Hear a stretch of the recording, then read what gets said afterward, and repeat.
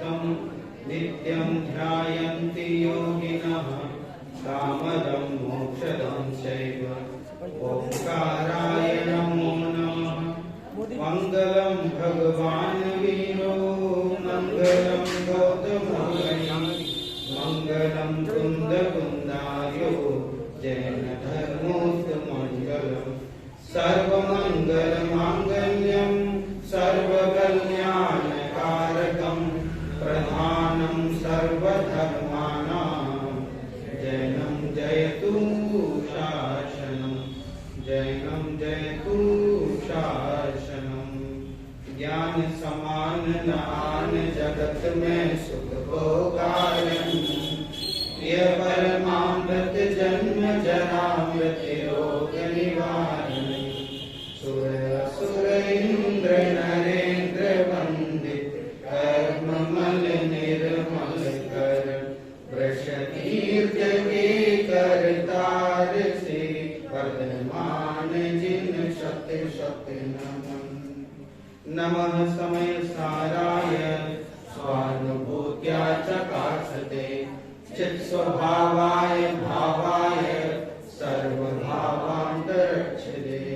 वन्दितु सर्वसिद्धे ओमचलमणोमं गतिं पत्ते ओच्छामि समयपाहुर मृणमो सुध केवली अनिलम्।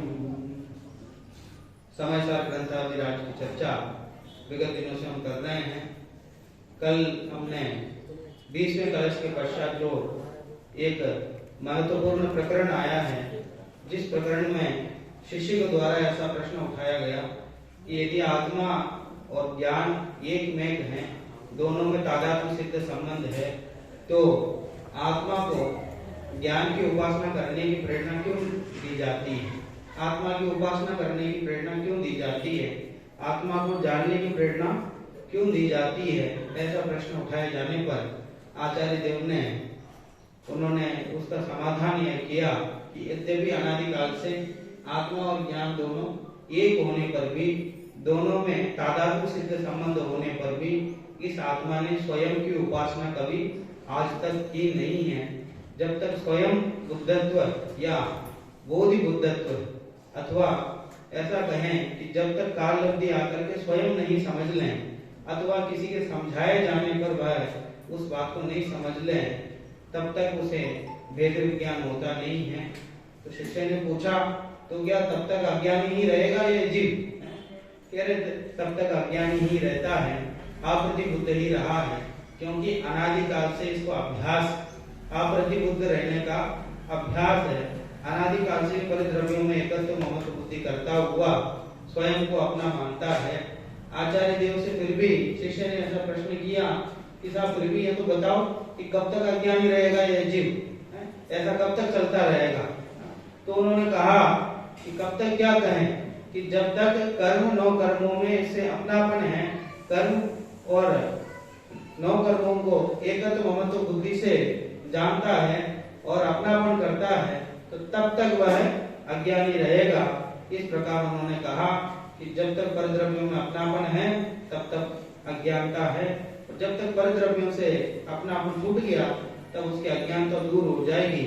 अज्ञानता दूर करना या अपने पास रखना ये तो अपने हाथ में है, काल का उसमें क्या लेना देना है। जब मोक्ष की बात आती है तो सब लोग ये कहते हैं कि साहब मोक्ष तो जा सकते नहीं है, क्यों? कि पंचम काल है। ये मोक्ष नहीं जाने में काल का दोष है कि हमारे पुरुषार्थ का दोष? कि साहब हम तो चाहते हैं मोक्ष जाना, लेकिन मोक्ष नहीं जा सकते, क्यों? ये काल ने रोक के रखा है। वो ऐसा कहते हैं जैसे एकदम मोक्ष की दहलीज पे खड़े हो और काल ने रोक दिया हो कि पंचम काल ने कि नहीं जा सकते हो। ऐसी बात नहीं है। अरे काल तो ये, इस काल में ऐसे जीव पैदा होते हैं जिनमें मोक्ष जाने की योग्यता नहीं रहती। वास्तविक बात तो यही है। ये तो उपचार से ऐसा कथन किया जाता है कि पंचम काल में मोक्ष नहीं होता, काल के प्रभाव से मोक्ष नहीं होता, पर वास्तव में यहाँ ऐसे ही जीव आते हैं जो मोक्ष जाने की पात्रता नहीं रखते। सच्चाई तो यही है। तो वो जीव ही इस तरह के यहाँ पुरुषार्थ करते ही नहीं है कि बात समझ में आई। वो काल को दोष देने से परिद्रव्य को दोष देने से क्या हो जाए, तो स्वयं का पुरुषार्थ ही इतना नहीं है, इसलिए नहीं जा पाता। इसलिए शास्त्रों में भी इस प्रकार का कथन है। पर ये अपने पुरुषार्थ विहीनता के पोषण के लिए, अपना जो पुरुषार्थ नहीं करना है, अपने आलस के पोषण के लिए ऐसा कह देता है कि साहब ये तो काल है, ये तो पंचम काल है, इसलिए मोक्ष नहीं जा सकते। वास्तव में ऐसा नहीं है। परिद्रव्य किसी को कभी रोक नहीं सकते हैं, और कोई परिद्रव्य क्या, कोई भी संयोग किसी को कुछ नहीं करने देते हैं। सब अनु स्वयं में लीन है। ये तो स्वयं के पुरुषार्थ की कमी है। यहाँ ऐसे ही जीव आएंगे, पर ऐसी बात समझ में नहीं आती है। पर जब ये कहें कि काल की वजह से मोक्ष नहीं जाता, तो वो बात जल्दी स्वीकृत हो जाती है। दो अज्ञानी मिल जाते हैं तो फिर वो आपस में दोनों को तसल्ली मिल जाती है। फिर ये भी यही बात कहता है कि साहब ऐसा नहीं हो पाता, फिर वो भी यही बात कहता है कि ऐसा नहीं हो पाता। फिर ऐसा लगता है कि हाँ, ये अकेले मेरे साथ नहीं, सबके साथ ऐसे ही हो रहा है। जब ऐसा आश्वासन हो जाता है तो अज्ञान और पुष्ट होता है। इसलिए वो अनंत ज्ञानियों का एक मत और एक अज्ञानी के अनंत मत है। अनंत ज्ञानियों का एक ही मत है, जो हुए आज तक अरिहंत, सबने अपनाया यही पंथ, उपदेश दिया इस ही प्रकार, वो सबको मेरा नमस्कार। जितने भी अरिहंत हुए हैं सबने इसी पंथ को अपनाया है कि सबका अलग अलग उन्होंने, भगवान ऋषभ देव ने कोई लंबा रास्ता तय किया हो और भगवान महावीर ने कोई कम रास्ता तय किया हो, ऐसा नहीं है। भले काल भेद हो सकता है कि दीक्षा के बाद इन्होंने इतना समय लिया और इन्होंने कम समय लिया। वो भरत चक्रवर्ती ने दीक्षा लेकर के अंतर्मूर्ति में केवल ज्ञान प्राप्त कर लिया और वे साल भर भटकते रहे आहार के लिए। तो ऐसा नहीं है कि साहब इनको तो लंबा समय लग गया आत्मा को जानने में, इन्होंने कोई दूसरी विधि अपनाई होगी, गलत विधि अपनाई होगी पहले, फिर बाद में सही विधि मिली होगी तो अंतर्मूर्त में केवल ज्ञान हो गया। ऐसी बात नहीं, विधि तो एक ही है। वो तो काल अवधि आए बिना काम होता नहीं है। वो चाहे तीर्थंकर हो, वो चाहे सामान्य मनुष्य क्यों ना हो, तीर्थंकर आदि का भी मतलब जिसको जैसी होनहार है उसमें कोई परिवर्तन करने वाला नहीं है। साक्षात तीर्थंकर का जीव भी उनके आहार आदि के जो निमित्त हैं उनको नहीं जुटा पाता। तो तीर्थंकर का जीव है और 6 महीने तक वे घूमते रहे और इस युग के प्रथम तीर्थंकर हैं। और ऐसा नहीं है कि विधि किसी को पता नहीं थी, ये तो औपचारिक कथन है। ब्राह्मणी सुंदरी को उन्होंने गृहस्थ धर्म और मुनि धर्म की सब विधियां पढ़ाई थी पहले, उन्होंने मतलब सब पढ़ाया। पहले गृहस्थ अवस्था में सबको उन्होंने ज्ञान कराया। और जो इंद्र गर्भ में आने के 6 माह पहले से रत्नों की वर्षा कर सकता है और 6 महीने तक इनको भटकते हुए कैसे देख सकता है? अभी तो गर्भ में आए ही नहीं है, उससे पहले रत्नों की वर्षा कर रहा है। बराबर वहां क्या वो देवगति से सारी व्यवस्था कर रहा है, कपड़ा लाके दे रहा है, आभूषण लाके दे रहा है, सब व्यवस्था कर रहा है। तो ये व्यवस्था क्यों नहीं की? इंद्र ने ऐसी व्यवस्था क्यों नहीं की? और धवला पुस्तक में ऐसा प्रसंग उठाया, वहां लिखा कि 66 दिन तक भगवान की दिव्य ध्वनि नहीं गिरी और बाद में इंद्र ने गौतम स्वामी को उन्होंने वहां पे उपस्थित किया, ब्राह्मण उनको वहां ला करके। तो शिष्य ने प्रश्न पूछा धवलाकार से, आचार्य से, कि इंद्र ने पहले ही गौतम स्वामी को उपस्थित क्यों नहीं कर दिया? क्या प्रश्न किया? इंद्र को जब सब पता था तो पहले ही इंद्र ने गौतम स्वामी को उपस्थित क्यों नहीं कर दिया? 66 दिन देश चले गए, लोगों की दिव्य ध्वनि सुनने को मिल जाती। तो धवलाकार ने कहा ऐसा ही होना था, होनार ही ऐसी थी, तो इंद्र कैसे उपस्थित कर सकता था? जब इंद्रादि भी इस व्यवस्था के कोई अलग नहीं, उनको भी वही व्यवस्था है, तीर्थंकर आदि को भी वही व्यवस्था है, तो हम क्यों ऐसा चाहें कि हमारे साथ ऐसा हो जाए? इसलिए आचार्य देव कहते हैं कि भैया स्वयं बुद्धत्व से ही या सम्यक दर्शन होता है या बोधि बुद्धत्व से होता है, तब तक अज्ञानता जो कि तू वैसे ही बनी रहती है, और कोई उपाय नहीं है। आगे के 3 गाथाओं में अनादिकाल से जो भूल कर रहा है, जो सचित्त अचित्त पदार्थ हैं, सचित्त माने जिसमें जीव हैं और अचित्त माने जिसमें जीव नहीं है, और मिश्र माने जिसमें जीव है और अचित भी है। कैसे कि जैसे जीव आत्मा है और आत्मा के साथ शरीर है, तो शरीर तो अजीव है, अंदर जो आत्मा है वो जीव है। तो ये पत्नी पुत्र आदि जो है ये मिश्र में आ जाएंगे और पुद्गल आदि जो है वो उस अचित में आ जाएंगे। ऐसे 3 भेद भी किया, कहीं कहीं 2 ही भेद भी किया। तो इन पदार्थों को ये मैं इनका हूं, ये मेरे हैं, इस प्रकार ये भूतकाल में मेरे थे, वर्तमान में मेरे हैं, भविष्य में मेरे होंगे, इस प्रकार इनमें एकत्व ममत्व बुद्धि करता है। जीवाजीव अधिकार में एकत्व ममत्व बुद्धि को मुख्यता दी गई है। जीवाजीव अधिकार तक की जो गाथाएं हैं वहां पे एकत्व ममत्व बुद्धि को मुख्यता दी गई है। और कर्ता कर्म अधिकार में कर्तृत्व भोक्तृत्व बुद्धि को मुख्यता दी गई है। बात तो वही है, शब्दों का जो भेद है वो अलग अलग है, पर चारों प्रकार की बुद्धियां ही अनादिकाल से जीव को है। इस प्रकार 3 गाथाएं उन्होंने कही। 3 गाथाओं को कहने के बाद आचार्य कुंद ने कहा कि भैया तुम परद्रव्य को अपना कैसे मान सकते हो, जब केवल ज्ञानी ने परद्रव्यों को पर देखा है, पुद्गलों को जीव नहीं देखा है, जीव अलग है पुद्गल अलग है, ऐसा केवल ज्ञानी ने देखा है, तो तुम कौन होते हो जो पुद्गल को अपना कह सकते हो। ये मूल गाथा में ऐसे शब्दों का प्रयोग किया है। उन्होंने कहा सर्वज्ञ भगवान ने जब देखा है कि जीव अलग है पुद्गल अलग है, तो तुम्हारी हिम्मत कैसे होगी तुम पुद्गल को अपना कहते हो। हाँ, उन्होंने ऐसा कहा कि लक्षण है, दोनों में अलग अलग लक्षण है, जीव का लक्षण अलग है, पुद्गल का लक्षण अलग है। तुम पुद्गल को अपना कहते हो तो जीव नहीं हो, अब जीव हो तो पुद्गल को अपना क्यों कहते हो, दोनों का लक्षण भेद है, ऐसा उन्होंने कहा। और सर्वज्ञ भगवान को उनको प्रस्तुत करना पड़ा। जो रामबाण होता है उसका प्रयोग तो सबसे लास्ट में किया जाता है, जब छोटे मोटे बाण काम नहीं करें कि साहब ये अंत में सबसे ज्यादा, इसके बिना काम चले नहीं, तो शत्रु का मिटना संभव नहीं हो रहा हो, बहुत प्रयत्न करने पर भी रामबाण का जो प्रयोग है वो अंत में किया जाता है। और कुंदाचार्य यहाँ कह रहे हैं कि भैया लगातार समझाते हुए आ रहे हैं, तो ये बात समझ में नहीं आ रही है, तो सर्वज्ञ भगवान को ही उन्होंने प्रस्तुत कर दिया। जब सर्वज्ञ भगवान ने देखा है कि दोनों में लक्षण भेद है, तो पुद्गल को अपना कैसे कह सकते हो। ये 3 गाथाएं आई। फिर बाद में शिष्य ने प्रश्न पूछा, हे भगवान ये तो ठीक है कि जीव अलग है और पुद्गल अलग है, दोनों में लक्षण भेद है।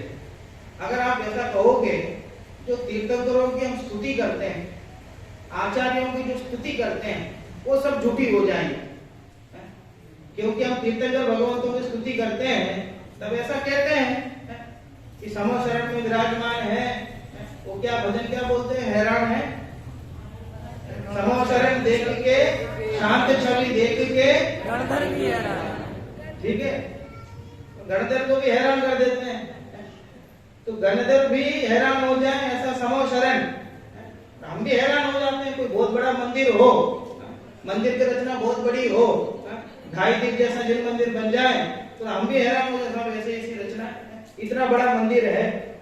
मंदिर बड़ा हो तो देख के भक्ति भी बढ़ जाती है, और प्रतिमा को देख के, और प्रतिमा का अतिशय हो तो श्रद्धा ज्यादा होती है, पर अतिशय नहीं हो तो श्रद्धा कम होती है। वो तो वीतरागी सर्वज्ञ हितोपदेशी है, वीतरागी सर्वज्ञ गुण है, तो कहीं से थोड़ा सा पता चल जाए कि साहब इस प्रतिमा में से पसीना आया है, 100 किलोमीटर दूर है यहाँ से, तो पास में 5 किलोमीटर दूर है एक और मंदिर है, ये तो सामान्य मंदिर है, ये पास में है, और समय कम है, तो भी व्यक्ति क्या सोचता है कि एक बार वो मंदिर देख के आ जाते हैं।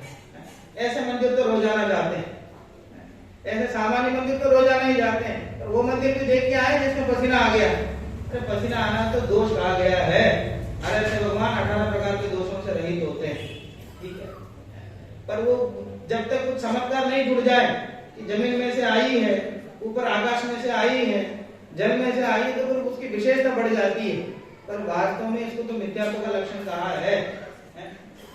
और धौला में भी वो जो शोक समाधि क्या वो समयत्व की चर्चा की है, उसमें भी चलमल आकार दोष में इसको लिया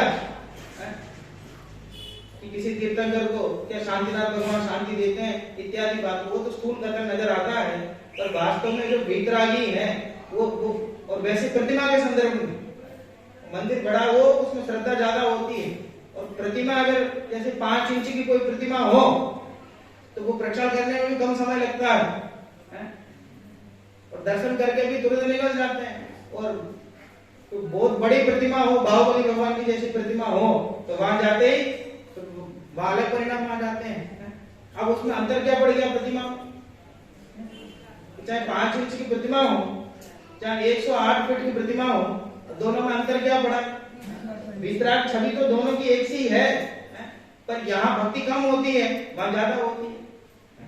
इसलिए यहाँ तो शिष्य ने ऐसा प्रश्न पूछा कि साहब तीर्थंकरों की स्तुति तो हम शरीर आदि से करते हैं, हम तो भगवान को वितरागी कहें तो उतना ध्यान नहीं जाता, वितराग का भी प्रवचन करें तो अभी नींद आ जाएगी, पर हम ये बोले कि भैया जहाँ समोसरण लगता है 100 योजन तक दुर्भिक्ष नहीं होता, तो एकदम आश्चर्य हो जाता है। 100 योजन तक एकदम खुशबू फैलती रहती है, 100 योजन तक कोई बीमार नहीं पड़ता, किसी को कोई तकलीफ नहीं होती है।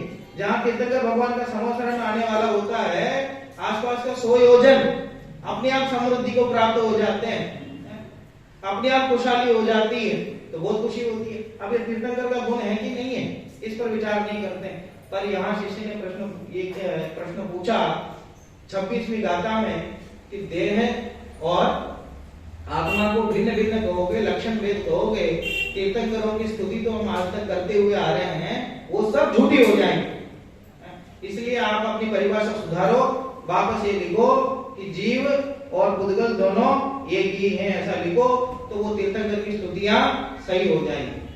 बुद्धमुद्द आचार्य ने कहा कि देखो देह की स्तुति करने से तीर्थंकर की स्तुति नहीं आती, स्तुतियां भले गलत हो जाएं, तुम तो अपनी क्या भक्ति करने का तरीका सीखो। ये बताया उन्होंने 31वीं 32वीं 33वीं गाथा में निश्चय स्तुति का प्रकरण उन्होंने उसमें बताया कि भक्ति कैसे की जाती है। जित मोह जिन, जितेंद्रिय जिन, क्षीण मोह जिन, उनको नमस्कार किया और कहा जो इंद्रियों से भिन्न अपने आत्मा को जानते हैं ऐसे भगवान, ये स्तुति हुई, ये सच्ची स्तुति हुई।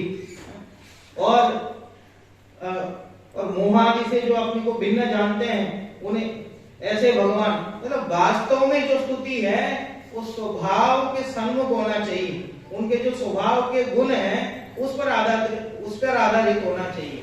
7वें अधिकार में देव शास्त्र गुरु का अन्यथा रूप ऐसा प्रकरण लिखा कोडम्बल जी ने, उसमें देव का अन्यथा रूप इसमें जो उन्होंने लिखा तो उसमें भगवान की महिमा तो इसे बहुत आती है, जिनेंद्र भगवान की महिमा तो बहुत आती है, और मंदिर बिना चले नहीं, दर्शन बिना चले नहीं, ऐसी प्रवृत्ति होती है।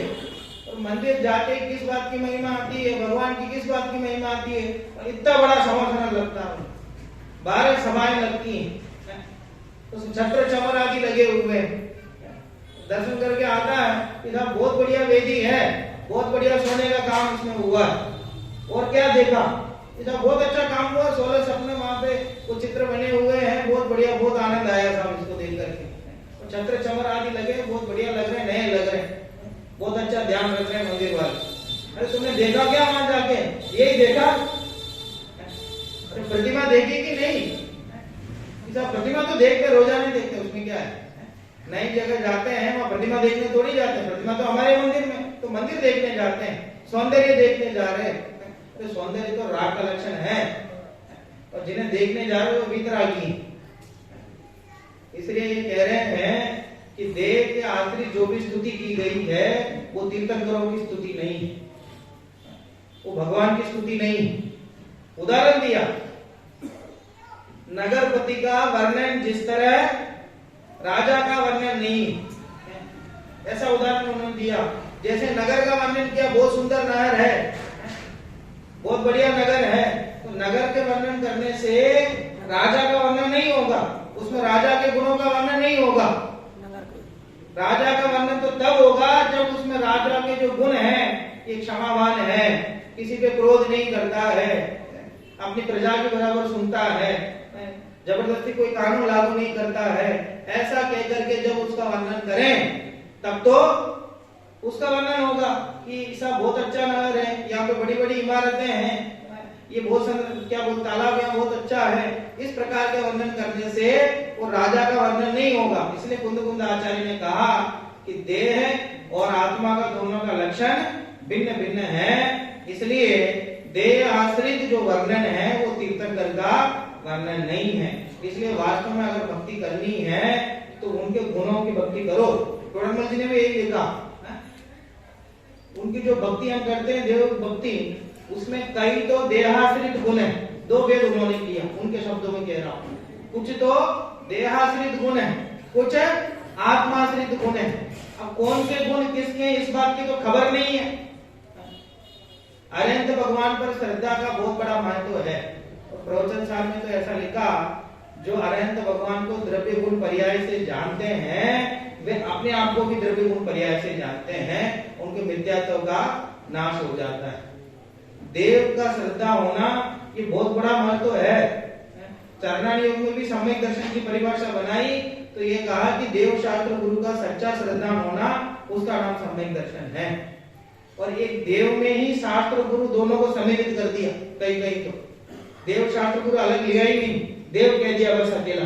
क्यों कि देव की वाणी तो शास्त्र, शास्त्र का लक्षण ही जो उन्होंने बनाया समंतभद्र आचार्य ने, पहला विशेषण यही लगाया। शुभम क्या विशेषण लगाया? आप तो पज्ञम अनुलंघ्यम अदृष्टेष्ट विरोधकम तत्वोपदेश कृत सार्वम शास्त्रम कापथ घटन। पहला विशेषण क्या? आप तो पज्ञम, आप्त के द्वारा कहा हुआ होना चाहिए, उसी का नाम शास्त्र है। अगर आप्त के द्वारा कहा हुआ है तो वो भी आप्त में ही सम्मिलित है। शास्त्र और गुरु कौन है? उस वाणी के अंतरतम को जिन गुरुओं ने पहचाना है, उन गुरुवरियों के चरणों में, उस वाणी के अंतरतम को, किस वाणी के?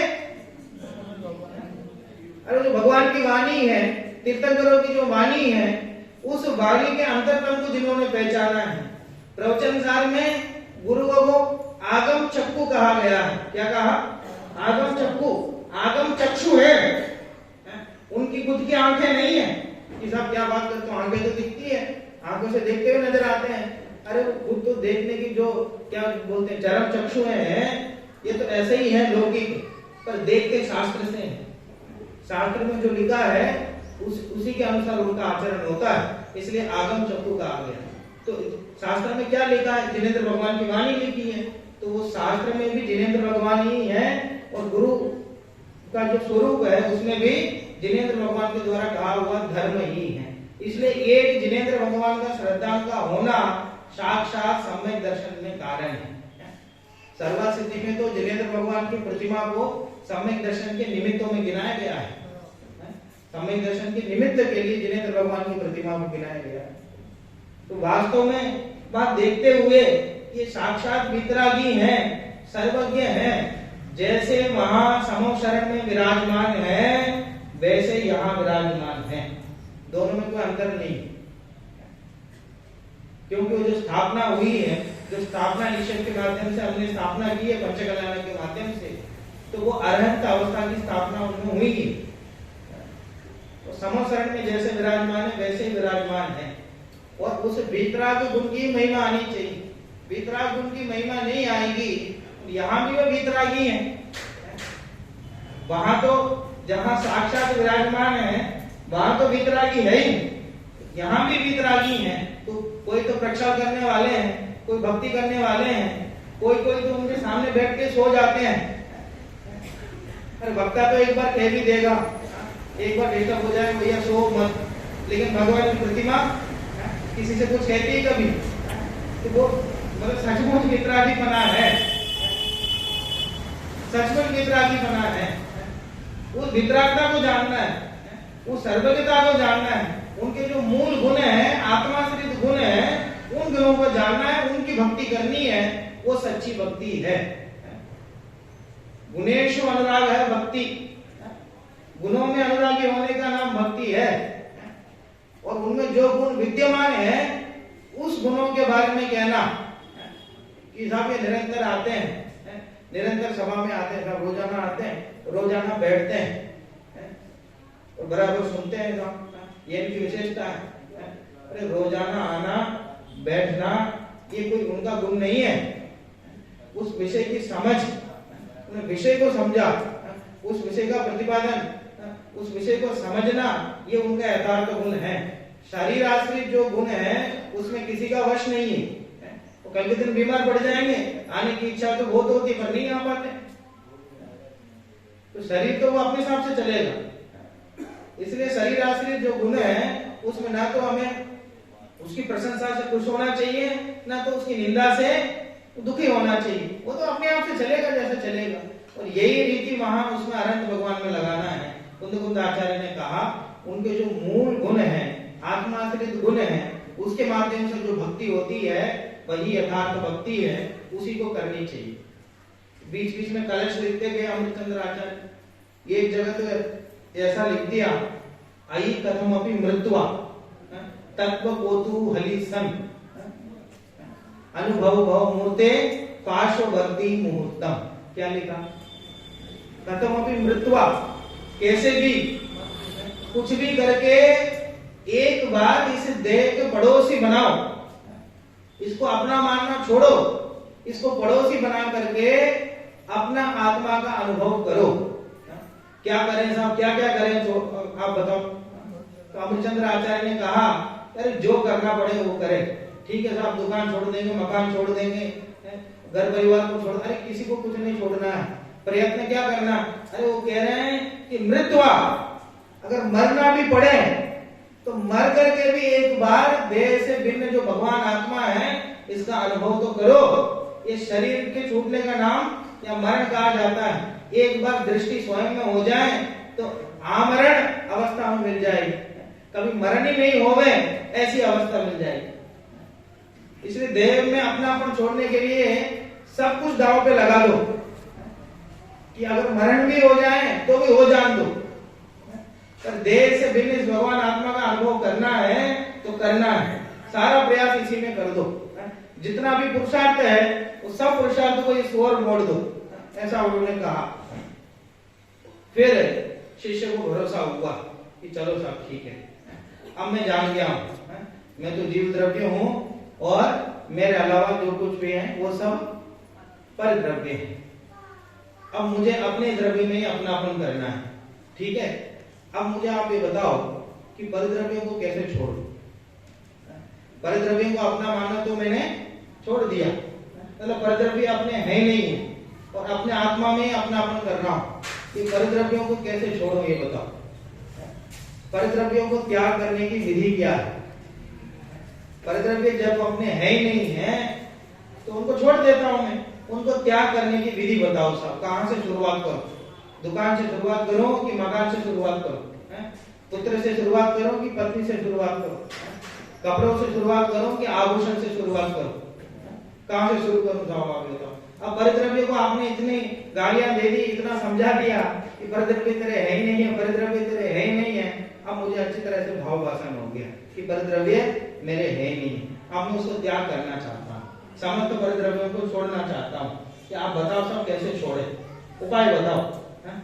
तो ये जो 34वीं और 35वीं गाथा है ना, इसमें उन्होंने उसका उत्तर दिया कि परिद्रव्यों को कैसा छोड़ा जाए। उत्थानिका बहुत बड़ी लिखी उन्होंने। जिस प्रकार नेत्र विकार, किसी की आंखों में विकार हो जाए तो नेत्र विकार दूर होने से स्पष्ट दिखाई देने लगता है।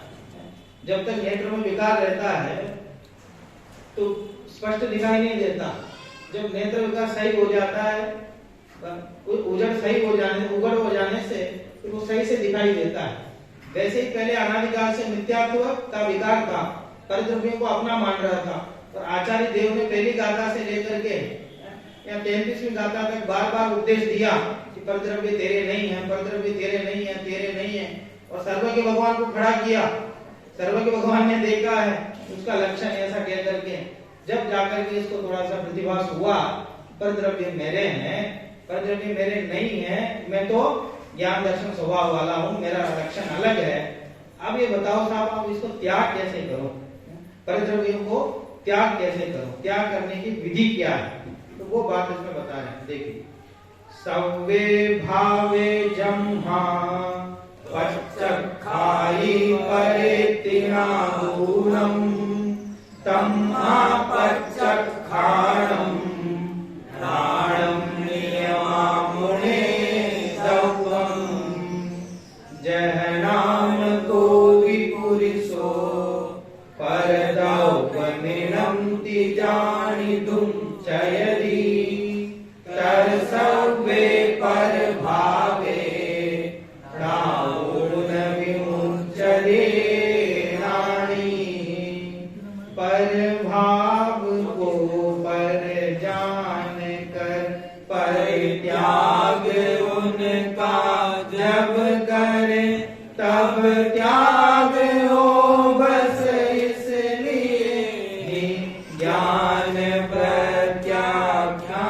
है जिस तरह कोई पुरुष पर जान कर पर परित्यजे बस उस तरह पर जान कर पर भाव ज्ञानी परित्यजे। क्या कहते हैं? सवे भावे जम्मा पच्चक्खायि परेति नादूनम। समस्त प्रकार के जो पर भाव हैं वो परेति नादूनम पर है ऐसा जान करके नाणम पच्चक्काणम ज्ञान में ही छोड़ना है उन्हें। परद्रव्यों को त्याग ऐसा नहीं करना है कि शरीर जैसे पता चल गया ये शरीर से तो मैं तो भिन्न हूं, अब शरीर को अलग करो कि कैसे शरीर को अलग करोगे और शरीर को किससे अलग करोगे? शरीर से कोई शरीर से ही अपना उसको अलग करना पड़ेगा और जब तक आयु है तो कितने प्रयास हम कर लें वो अलग नहीं हो सकता। और ऐसे अलग करने के तरीकों को नरक का कारण बताया। तो परिद्रव्य एक तरफ तो कह रहे हैं कि शरीर पर है, अभी छोड़ो उसको, अभी त्याग करो और त्याग कर दो तो कहेंगे नरक में जाओ। अरे तो त्याग करने का मतलब यह है कि वो पर है ऐसा जानना है बस। परिद्रव्यों को त्याग करने का मतलब क्या है कि पर है ऐसा त्याग करना, मतलब ऐसा अपने ज्ञान में जानना है कि ये पर है और कुछ नहीं करना है। ये परिद्रव्य है ऐसा जानने का नाम ही त्याग है। त्याग के लिए और कुछ नहीं करना है। जिस समय ये जानने में आ जाए कि पर है, प्रवचन पूरा हुआ, चप्पल पहन के गए घर पे, किसी ने आवाज लगाई पीछे से, क्या बात है? आप तो चप्पल पहन के गए ना, वो मेरी, क्या कहा? आप जो चप्पल पहन के गए हैं वो गलती से आपने मेरी पहन ली। अब जब यहां से मंदिर से आप पहन के गए घर तक, तब तक वो चप्पल किसकी थी? जब तक आप यहां से पहन के गए, जब तक उसकी आवाज सुनाई नहीं पड़ रही, जब तक उसने कहा नहीं कि आपने गलती से मेरी चप्पल पहन ली है, तब तक किसकी थी वो चप्पल? आपकी थी। आपकी थी फिर उन्होंने कैसा कहा कि मेरी है? चप्पल तो उन्हीं की थी, तो आप पहन के गए, आपकी थी जब तक आपको ये पता नहीं चले कि उनकी है। ठीक है, मान्यता में तो आपकी थी, और जैसे उन्होंने बताया कि वो मेरी है, उस समय किसकी हुई चप्पल? उस समय किसकी हो गई?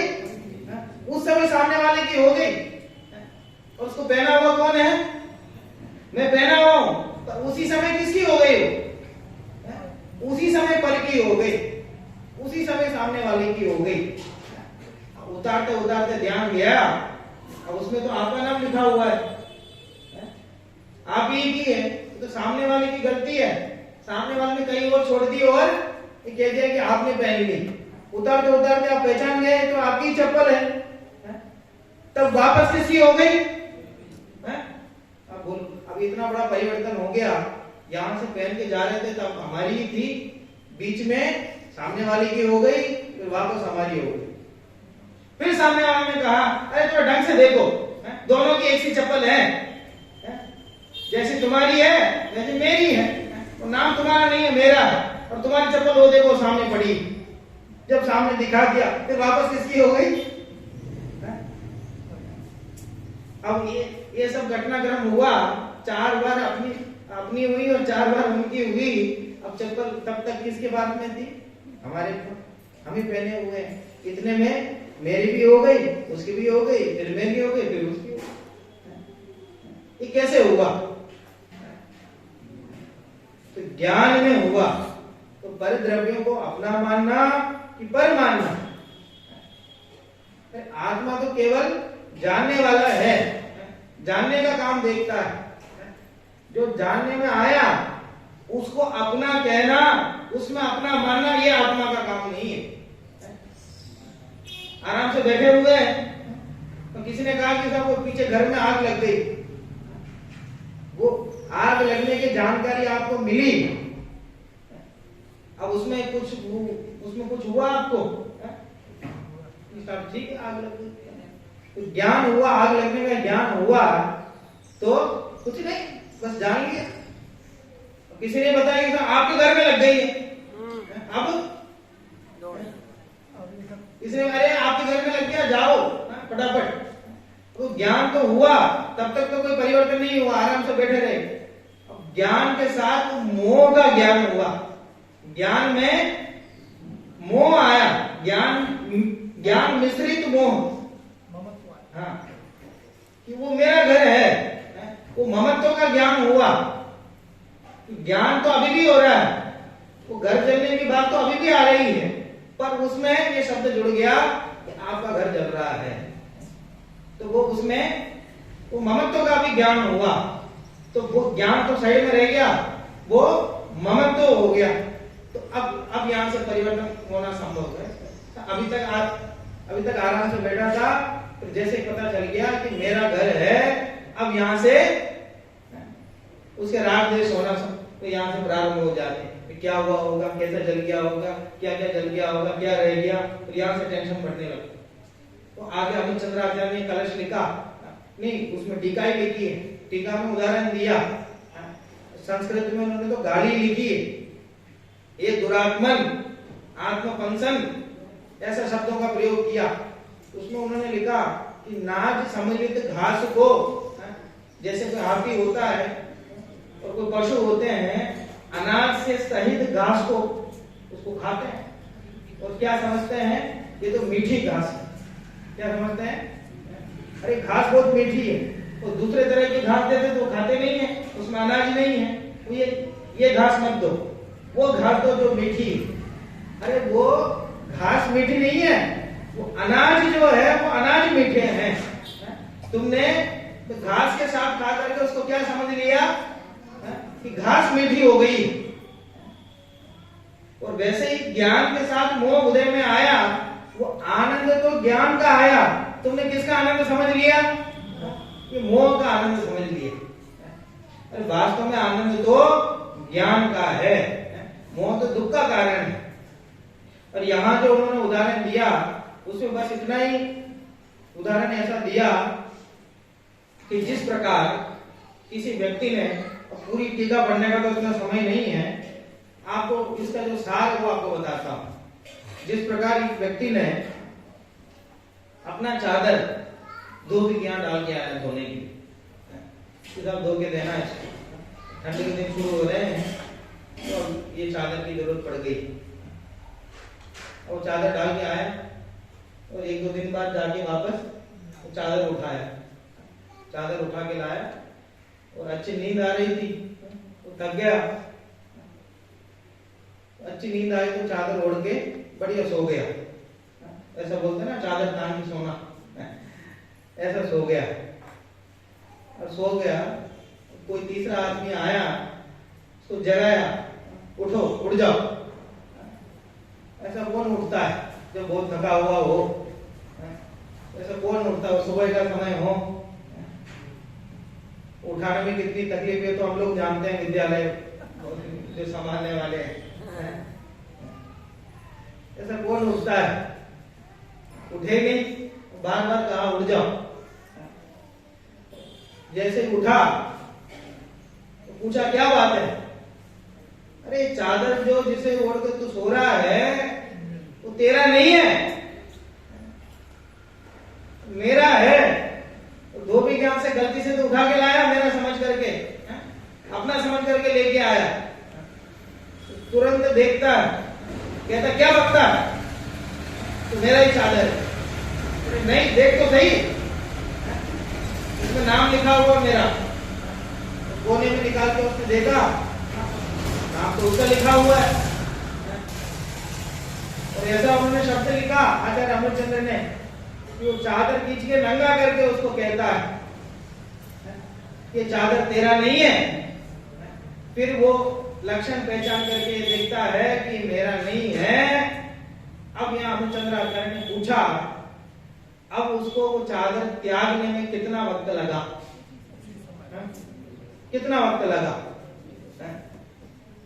जिस समय उसने देख लिया, चारों तरफ देखा कि इसमें तो उसका नाम लिखा हुआ है, जैसे ही वो नाम का ज्ञान हुआ, जैसे ज्ञान में पता चल गया कि ये तो पर है, ये मेरा नहीं है, अब उसको नींद नहीं आएगी वैसे जैसे अभी तक आ रही थी। उस चद्दर के साथ वैसा व्यवहार नहीं कर पाएगा जैसा अभी तक कर रहा था।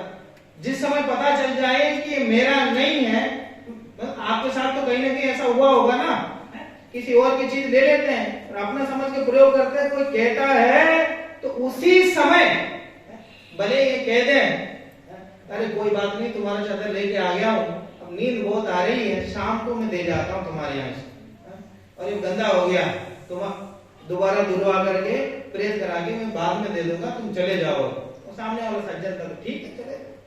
अब देने में तो समय लगेगा, भले ही 1-2 दिन बाद देगा। अभी भैया दूसरा चद्दर नहीं है मेरे पास, दूसरी चप्पल नहीं है, अभी मुझे पहले दो, शाम को जब मंदिर आऊंगा तब दे दूंगा। ठीक है, तो देने में तो समय लग सकता है, उसका पूर्णतः त्याग होने में तो समय लग सकता है, परंतु जिस समय ये जानने में आया कि ये मेरा नहीं है, उसी समय त्याग हो गया।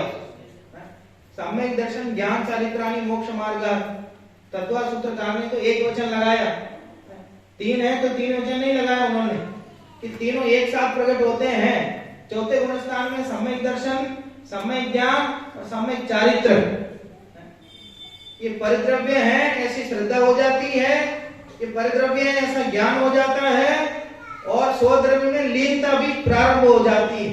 चारित्र भी चौथे गुण स्थान में कोई जिस समय जानने में आया ना पंचद्रव्य है कि हमें तो चारित्र दिखता नहीं है, अरे वो व्यवहार चारित्र की बात है, निश्चय चारित्र तो चौथे गुण स्थान में ही प्रारंभ हो जाता है।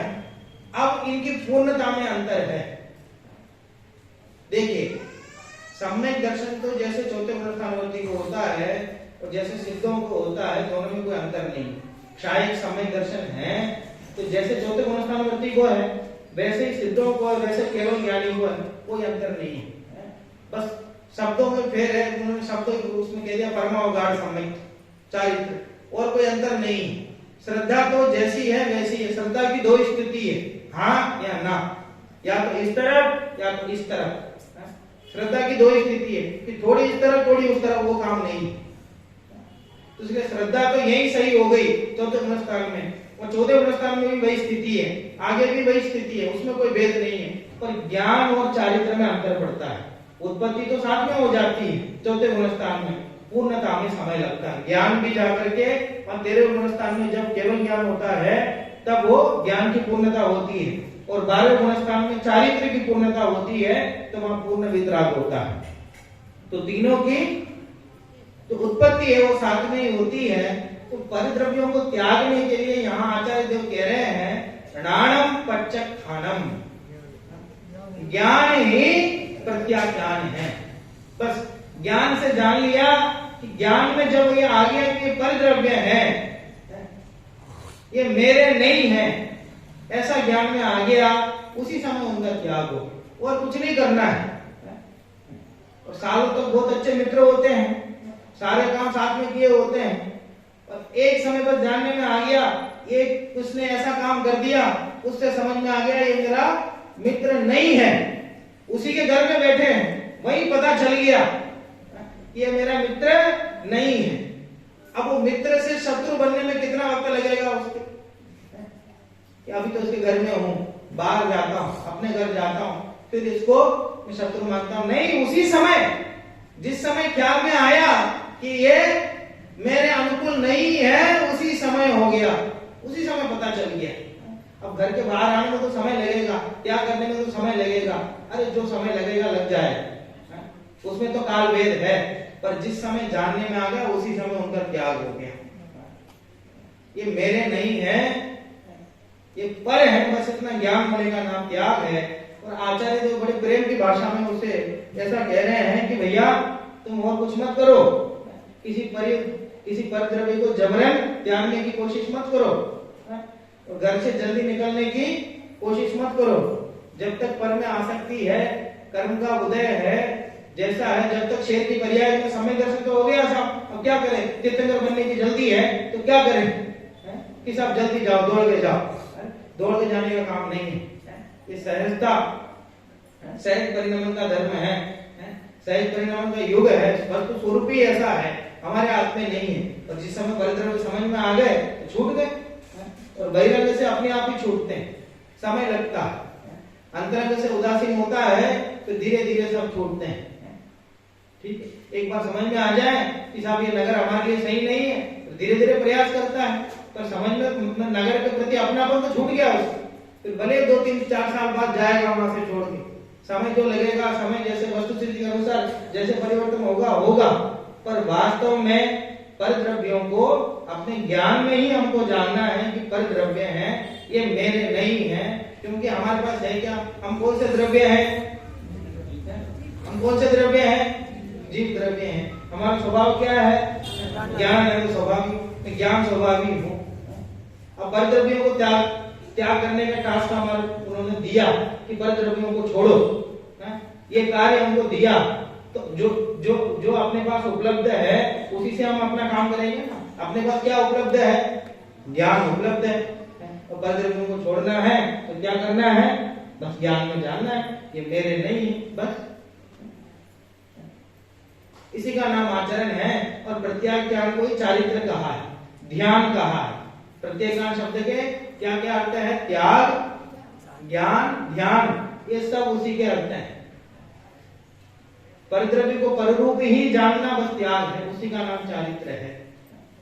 कितना सरल काम है, और कोई काम नहीं करना है, कोई कठोरता का कोई काम नहीं, कोई मेहनत का कोई काम नहीं, बस परिद्रव्य को अपना नहीं माने, बस हो गया चारित्र।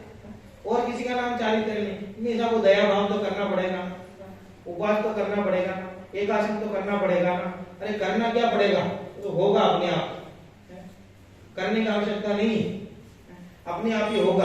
अपने आप कैसे होगा, तो करना पड़ेगा। अरे आसक्ति कम होगी तो अपने आप छूट जाएगा, अंतरंग से आसक्ति कम होगी तो अपने आप छूट जाएगा। जिस दिन ये समझ में आ जाएगा कि साहब ये लोग मेरे नहीं है, पराये हैं, तो उनको नियम लेके छोड़ना पड़ेगा क्या आपको, कि आज एक ही बार मिलूंगा इन लोगों से, पराये, आज दिन भर नहीं मिलूंगा, ये पराये। अरे आसक्ति छूट जाएगी तो अपने आप वहां से दूर हो जाओगे, अपने आप छूट जाएंगे। इसलिए उपवास आदि हैं और अन्य जो व्यवहार चारित्र हैं अपने आप पलेंगे, अपने आप आएंगे, अपने आप ही छूट जाएंगे, उनकी तरफ ध्यान भी नहीं जाएगा, अपने आप ही सहज ही छूट जाएंगे। नियम लेके छोड़ने की आवश्यकता ही नहीं पड़ेगी।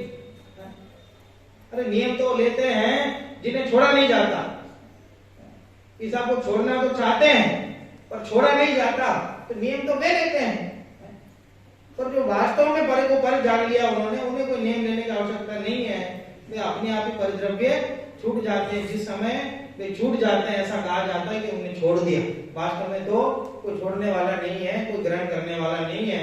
आत्मा में एक त्याग उपादान शून्य तो नाम की शक्ति है, वो ना तो परिद्रव्यों को ग्रहण कर सकता है ना तो त्याग कर सकता है। तो परिद्रव्यों को ग्रहण त्याग करने की बात ही कहाँ रह जाती है।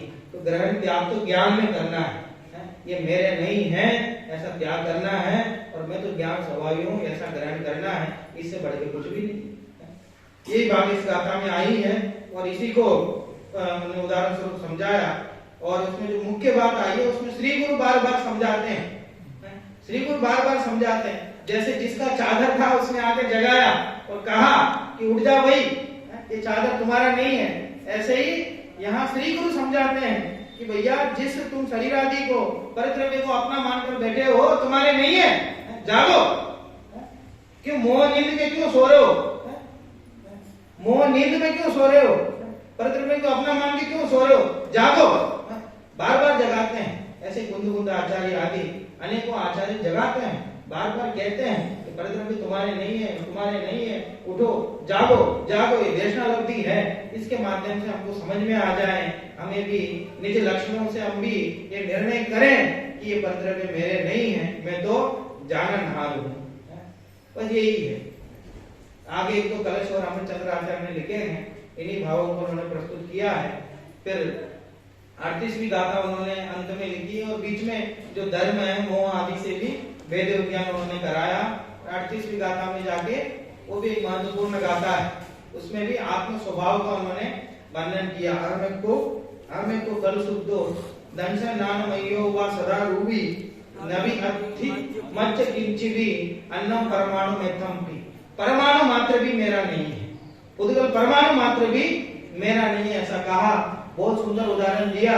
जिस प्रकार कोई पुरुष मुट्ठी में सोना रख ले, अपनी अंगूठी निकाल करके मुट्ठी में रख लिया और दूसरा काम करने लग गया, फिर बाद में सब जगह ढूंढ रहा है। वो चश्मा ऐसा ऊपर लगा लिया और काम पे लग गया और सब जगह ढूंढ रहा है, चश्मा कहाँ चला गया। और किसी ने खींच के कहा, कह रहे यही तो है तुम्हारे पास। किसी ने कहा या खुद ही हाथ चला गया। निसर्ग समय दर्शन और अधिगम समय दर्शन, उससे समझ में आ गया ये तो मेरे ही पास है। ऐसे अनादिकाल से जिस आत्म तत्व को हम भूल रहे हैं वो हमारे ही पास, हमारी मुट्ठी में, जिस दिन वो जानने में आ जाएगा उसी दिन